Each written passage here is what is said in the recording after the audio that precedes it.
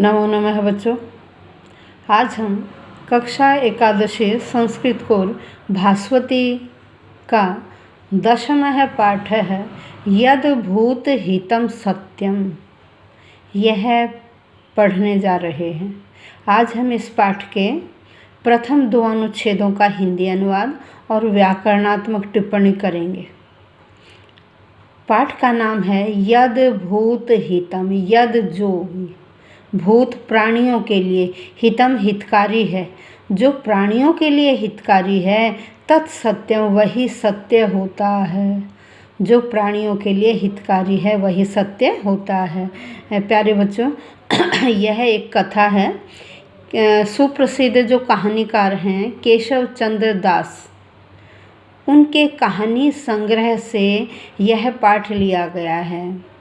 पहले क्या होता था कि बालकों को रात के समय दादा दादी नाना नानी कहानियाँ सुनाया करते थे।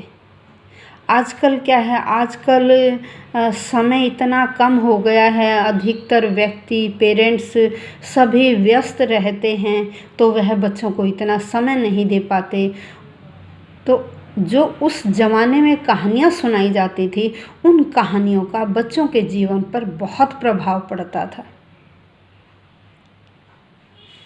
तो मैं तो यही कहूँगी कि आज के युग में भी दादा दादी नाना नानी को बच्चों को कहानियाँ सुनानी चाहिए, क्योंकि उन कहानियों का प्रभाव उनके जीवन में पड़ता है। तो इस कहानी के माध्यम से बताया गया है कि एक बालक झूठ बोलता था।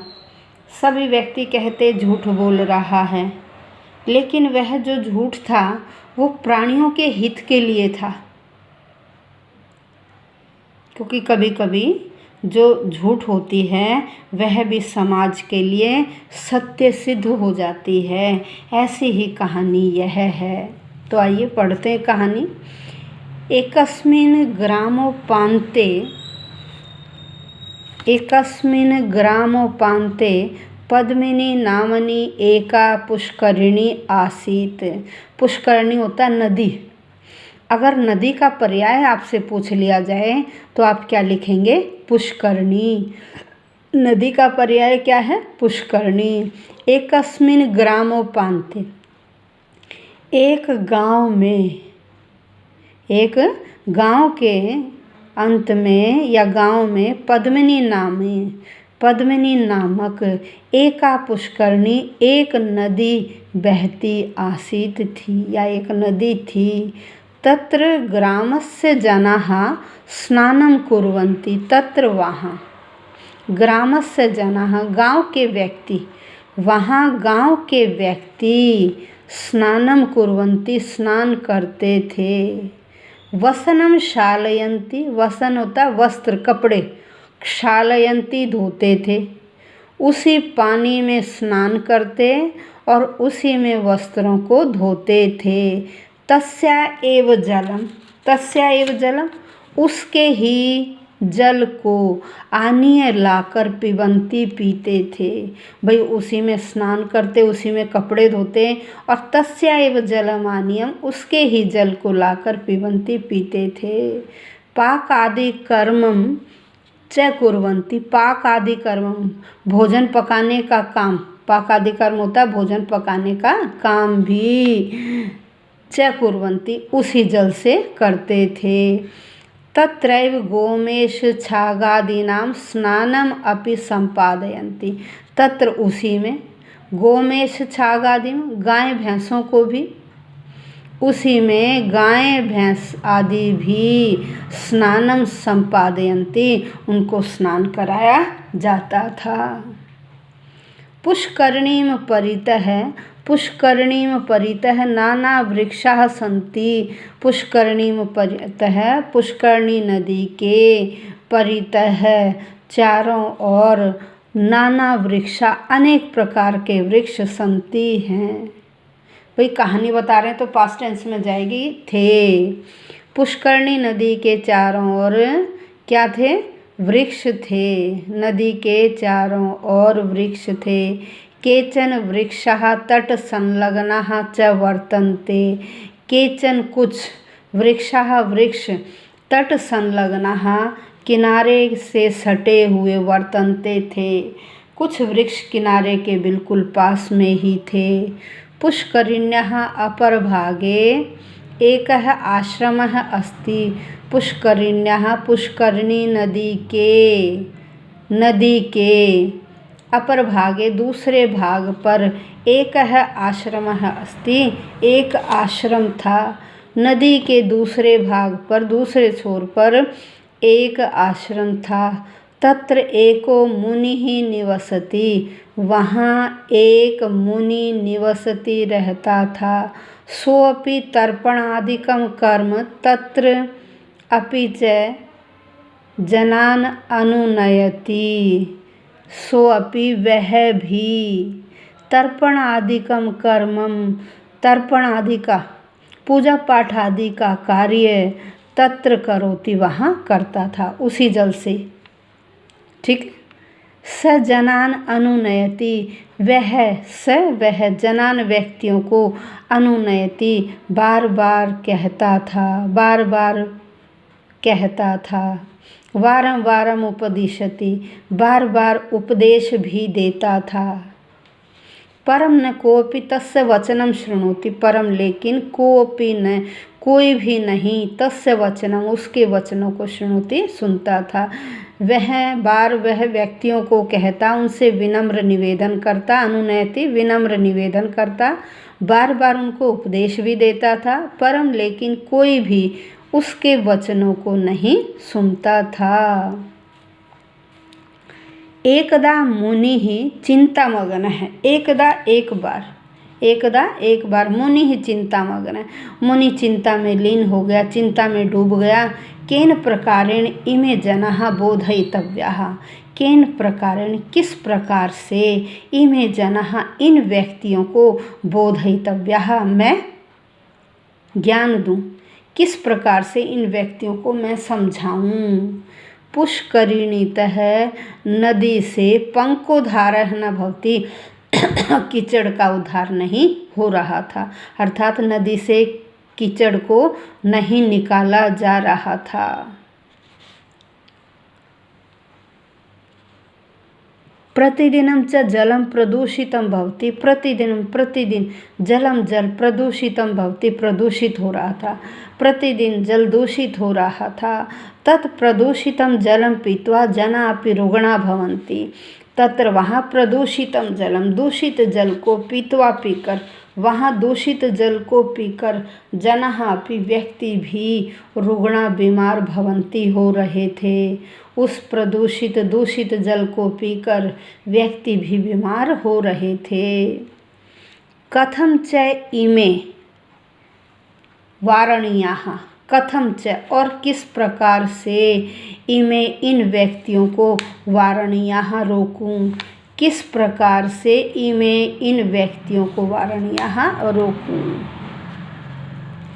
सरसा कोलाहलः श्रुतः, सरसा अचानक, सहसा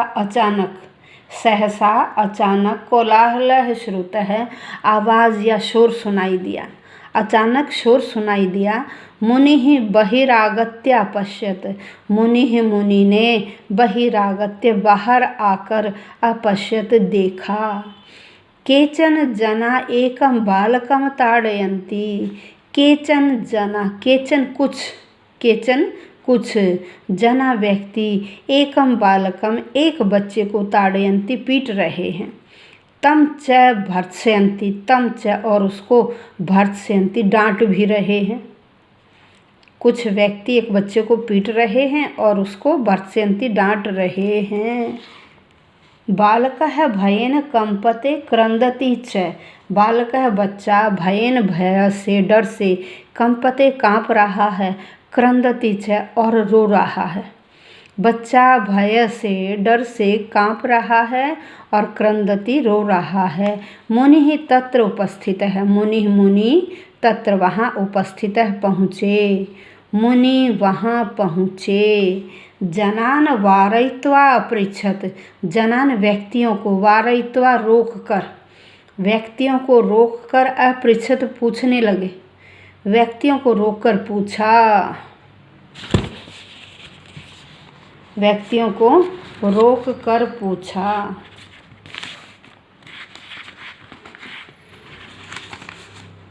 किम अभवत, किम अभवत क्या हुआ, किम अभवत क्या हुआ। किमर्थम एतान, किमर्थम भवान एनम ताड़यन्ति, किमर्थम किस लिए, भवान या भवन्तः आप सब, एनम ताड़यन्ति इसको पीट रहे हैं।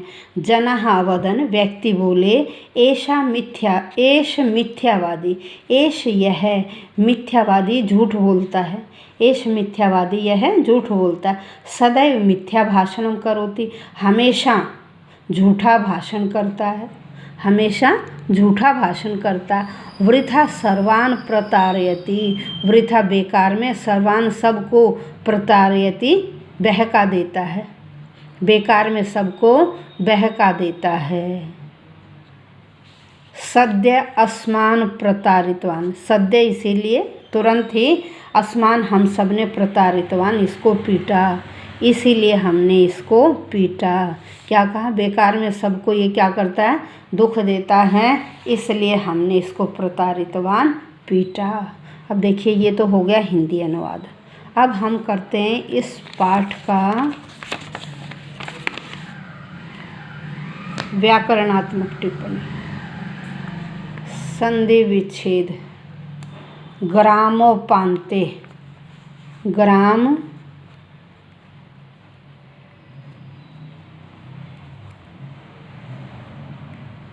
ग्राम जमा उपान्ते, ए और ओ मिलकर ओ बन गया गुण संधि। ग्राम जमा उपान्ते,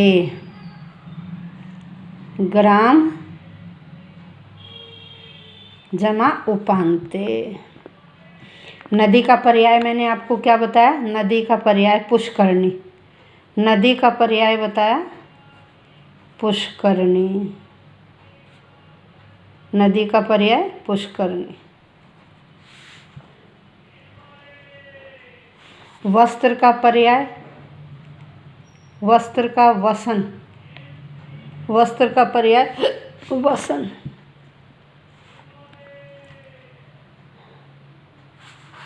अभी हम पहले संधि,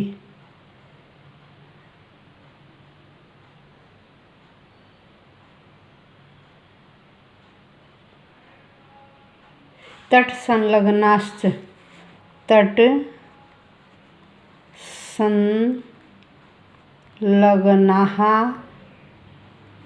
जमा च, तट संलग्नाः जमा च।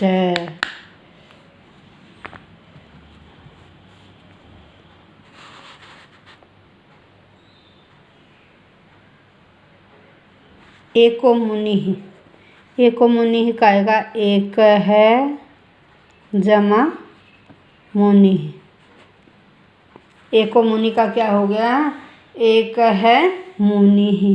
इस टाइप का भी एग्जाम्पल ज़रूर आ जाता है। कॉपी, कॉपी का देखिए, कॉपी है ना, समस्त शब्द में ये अवग्रह है।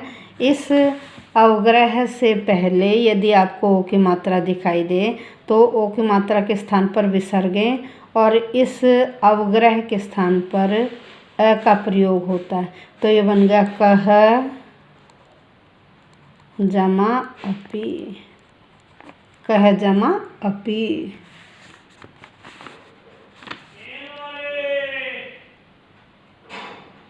पंख को धारो, ये भी बिल्कुल जो पहला एग्जाम्पल किया था ग्रामोपान्ते उसी की तरह है। पंख जमा उद्धार है, पंख जमा उद्धार है।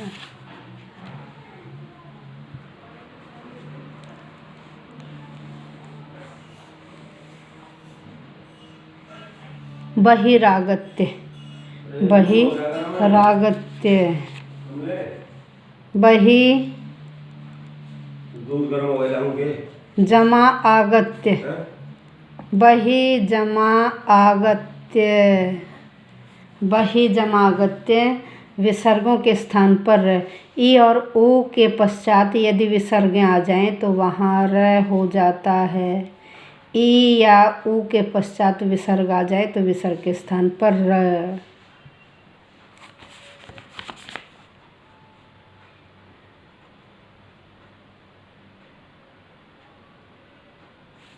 अब देखिए यहाँ प्रत्यय के एग्जाम्पल। सबसे पहले दूसरी लाइन में आनीय, आनीय, आनीय में आ उपसर्ग नी धातु है और ल्यप प्रत्यय। आ उपसर्ग नी धातु और ल्यप प्रत्यय। आ उपसर्ग नी धातु ल्यप प्रत्यय आनीय।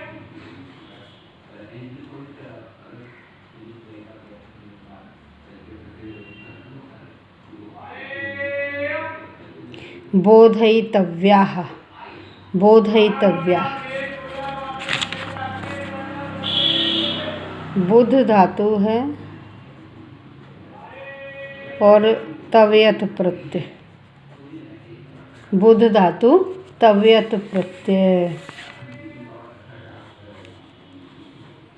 पीतवा, पीतवा में पा धातु पाया पिब और कत्वा प्रत्यय।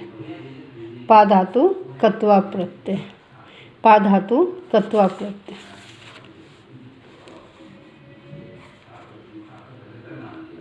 श्रुतः है, श्रुतः में श्रु धातु और कतय प्रत्यय। श्रु धातु और कतय प्रत्यय श्रुतः है। नेक्स्ट है आगत्य, आगत्य। आगत्य में आ उपसर्ग गम धातु और ल्यप प्रत्यय। आगम ल्यप। आ उपसर्ग गम धातु ल्यप प्रत्यय।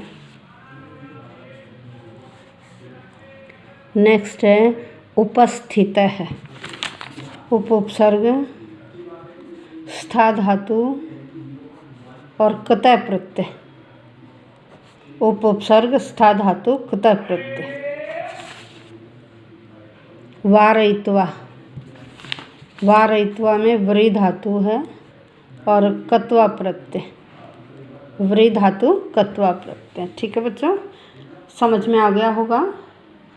और प्रतिदिन आपके लिए वीडियो भेजी जा रही है, अपनी रिवीजन भी करते जाइए और वीडियो का ज़्यादा से ज़्यादा फ़ायदा उठाइए। यदि चैनल सब्सक्राइब नहीं किया हो तो चैनल अवश्य सब्सक्राइब, शेयर और लाइक करें। धन्यवाद।